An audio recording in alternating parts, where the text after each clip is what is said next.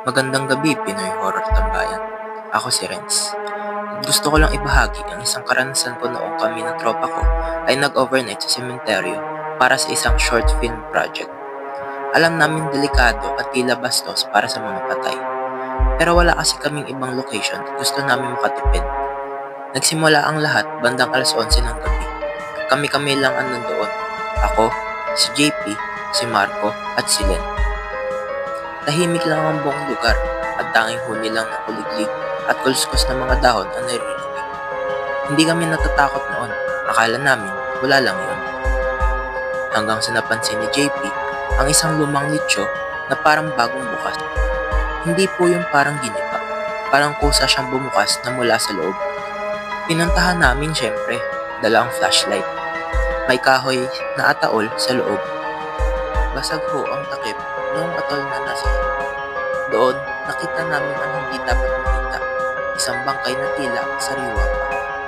Kulay kape ang balat, pero buo pa rin ang katawan. Pero ang mas kinalabutan kami, nakangiti ito. Ang creepy, ang sabi ni Marco. Sabay kuha ng video. Bigla kaming tumigilan nila. Huwag tol, baka may masama mangyari. Pero hindi namin siya pinansin nung sinabi niya yun. Pagbalik namin sa tent, nagsimula na mangyari ang kakaiba. Una, nawawala ang mga gamit namin. Sumunod noon, may naririnig kang mga kaboses na pabulong sa paligid namin. Tapos paulit-ulit po yun.